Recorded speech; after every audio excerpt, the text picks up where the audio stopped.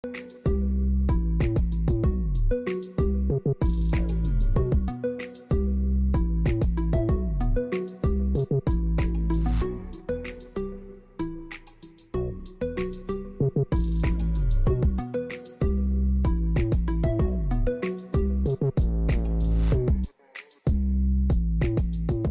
Wednesday, February 6. Here are the stories making your midweek newscast. ExxonMobil announced earlier this morning that it has made 2 additional discoveries offshore Guyana at the Tilapia 1 and Haimara 1 wells, bringing the total number of findings on the Stabroek block to 12. The announcement was made by the head of the Department of Energy, Dr. Mark Bino, who said, quote, "This continues to be positive news for the people of the Cooperative Republic of Guyana, but the real substance of these finds will come when all Guyanese are able to benefit from these discoveries, whether directly or indirectly." End quote. The Tilapia 1 discovery is the 4th in the Turbo area and encountered approximately 93 meters of high-quality oil-bearing sandstone reservoir and was drilled to a depth of 5,800 meters in about 2,000 meters of water.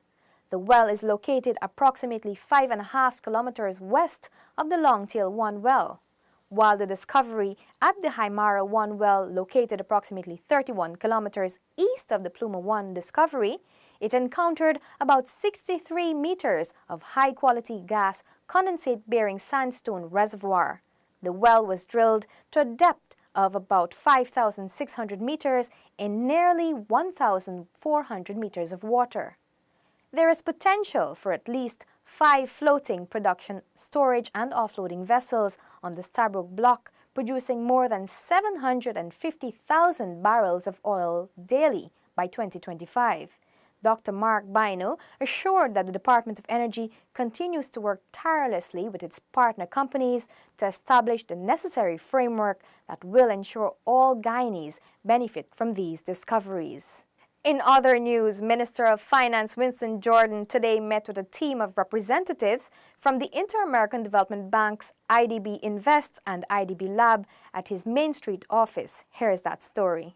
The team was led by James Scriven, CEO of the IDB Invest, who explained that the finance institution is currently exploring the possibilities for an expanded role in providing advisory and financial services to local private and public sector agencies. We have, together with a number of our partners, come up with a number of facilities that we've rolled out in a few countries, as Bahamas, for example, and others, where we've been very adamant to work with our private sector clients to help them reduce the cost of electricity, put solar panels and on. In addition, Scriven says the institution, through its recently launched IDB Lab facility, is prepared to provide advisory services in the areas of corporate governance, institution building and energy audits, among other critical areas, and finance solar and renewable energy projects at a minimum cost of $1 million. We've come up with a facility that we can deploy money very, very fast. In smaller entities, $1 million or $2 million is not a big issue for us, and we can do it relatively fast. Meanwhile, Minister of Finance Winston Jordan says he is happy for the IDB's show of confidence in the local economy and looks forward to working with the institution for the diversification of the local economy despite the imminent start of petroleum production activities. I repeat my thing, the oil we get this and we can show some model business with some success, I believe you'll have more people climbing on board and replicating it as we go through. Exciting time for the private sector, and I believe not only with oil, but the whole context of broadening the base and diversifying. IDB Invest aims to be the partner of choice for the private sector in Latin America and the Caribbean. It finances projects to advance clean energy, modernize agriculture, strengthen transportation systems, and expand access to financing. Reporting for InfoHub, Ayana George. With the Guyana Elections Commission GECOM announcing its readiness for general and regional elections no sooner than July of this year, the election body may have to carry out a claims and objections exercise to clean the list of electors. What does this mean? Let's find out more in this report. This was disclosed on Tuesday by GECOM CEO Keith Lowenfield, who said the life of the current list of electors will expire on April 30th, 2019. Lowenfield noted that if elections are not held before that date, the Secretariat will have to proceed with the production of a new official list of electors. List has life to it. It is the life of the list. Because if you ask me, and if we're going to intellectualize, a list is never clean. Every electoral list has Tom, Dick, Bihari, whomever would have deceased.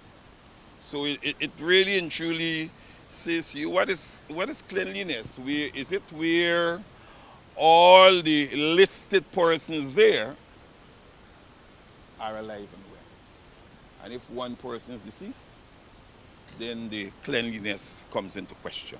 According to Lowenfield, one of the mandates of the Commission is to always be in a state of readiness for elections and registration. This, he said, must be carried out at the order of the Commission. In addition, Commissioner Vince Alexander said the obligation of GECOM is not only to hold elections in a timely manner, but to also execute a flawless process. For me, the quality of elections requires house-to-house registration because the list is bloated, and this is something we've all recognized. We now have the finances to correct it, and we should use the monies to correct it. According to Alexander, there was a consensus within the Commission 2 weeks ago that an election by March 19 is hardly possible. He said it is possible that some of the commissioners' position change after they were given directives. Neil Ademan, InfoHub. Let's tell you now that the Acting Chief Justice, Roxanne George, was scheduled to hand over the written copies of her judgment made last week on the challenges against the December 21 vote.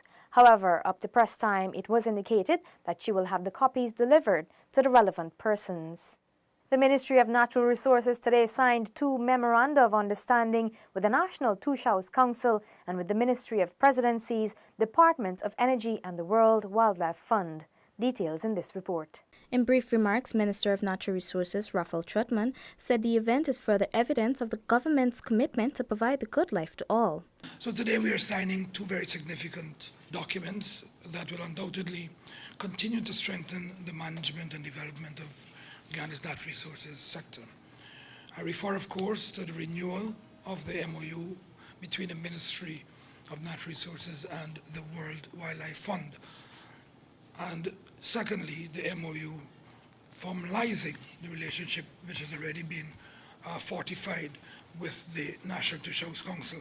The MOU signed with the National Tushau Council will assist the agency to fulfill its mandate in Part 4, Section 41 of the Amerindian Act 2016 and allow the ministry to establish and maintain a communication with the indigenous communities, which will aid in promoting programs offered by the ministry. NTC Chairman Nicholas Fredericks thanked the ministry for this agreement, noting that this will definitely assist the indigenous peoples with the issues they face. This MOU is not going to only benefit indigenous people, but also Guyana at large, because we will work towards addressing some of the issues in relation to mining or other extractive activities.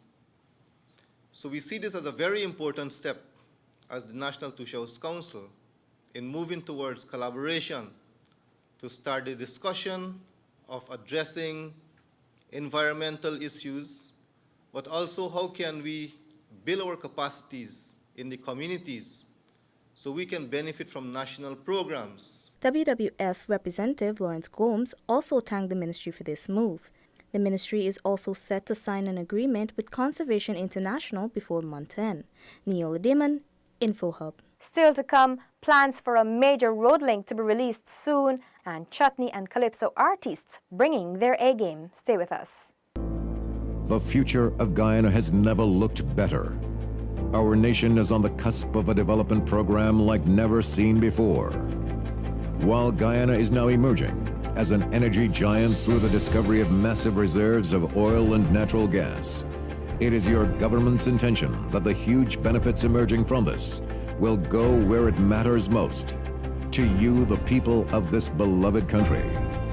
There is a surge of confidence in the way Guyana is governed once again, and the level of investor interest is unprecedented. Guyana is poised to become the breadbasket of the region, and the pace at which this nation will grow through prudent fiscal management will be nothing short of impressive. But more than anything else will be the way every Guyanese, regardless of color, class, or creed, becomes a part of this historic period of national transformation, sharing in the wealth and well-being of it all as one Guyana. Welcome back. Now for some major infrastructural news. The draft designs for the East Bank to East Coast Road Link network are expected to be acquired before the end of February. This will accelerate the bidding process, which will result in works. More in this Delicia Haynes report. Nigel Erskine, Technical Services Manager at the Ministry of Public Infrastructure, explained in some detail what can be expected after a draft design of the project is presented. Coming out of the feasibility study, the consultant has proposed that the main alignment will be 4 lanes from Diamond to Ogle, and we would have 4 connectors that would connect the East Bank Demerara Road to the new alignment. So we'll have a connection at Great Diamond, we'll have a connection at Mocha, at Eccles Hakebush, and one at Arbibaka. Erskine re-emphasized that the project was conceptualized to alleviate traffic congestion on the East Coast and East Bank corridors of Demerara. It will also serve as an alternative bypass from Georgetown for persons traversing between these 2 areas. Essentially, this project will be realized before the end of 2019. So once we would have received the draft design report in February, 1 month later, after we would have done our analysis, the consultant would be able to submit the final report within 1 month's time. And then we're looking to begin with the bidding process, which would take about 3 months.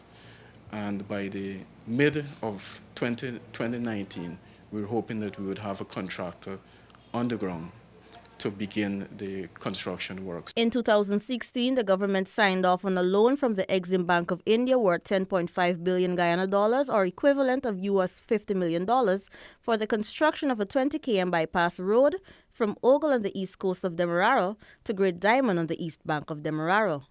For Info Hub, Delicia Haynes. You know it's Mashramani in Guyana when chutney and calypso converge as the bread and butter of the Guyanese people and is served with a generous dollop of soca. InfoHub spoke with 2 chutney and calypso soca artists who are fine-tuning their acts and bringing their A-game. That don't make sense. That don't make sense. That don't make sense. That don't make sense. InfoHub had the opportunity to speak to some of the big names ruling these music genres who are now set to compete in the upcoming chutney and calypso competitions. Many know Kwesi Ace as the man who swept the title of the Carib Soca Monarch in 2014 with his song Still in the Game, right from another big name, Jomo Rubberways Primo. This year, he entered the Banks Calypso Monarch competition with his song That Doesn't Make Sense, which highlights past and current issues faced by the Guyanese people, whether politically or socially. I got something really spectacular to offer to change Calypso Monarch in Guyana right now. We're about to bring it back and give it back the gist, at least from my contribution, that is. Hoping to retain his title this year is reigning chutney monarch Banti Singh, who's set to defend his title with his song Morani Pilori, which also speaks to his love for the snack. There is this woman that when I used to go to school, her name is Maharani. So I love eating her pilori, and if I don't get it today, I feel crazy. So the song that I'm going to sing for the 2019 MASH, which I know I will win that crown again, While many listened and chuckled during Singh's set at the Letem All-Stars concert on January 26, they applauded him for his appreciation of one of the most sought-after snacks in Guyana and the Caribbean. Semi-finals for the Banks Chutney Monarch competition will be held on February 10th at the Bath Settlement Community Center. Neil Rediman, InfoHub.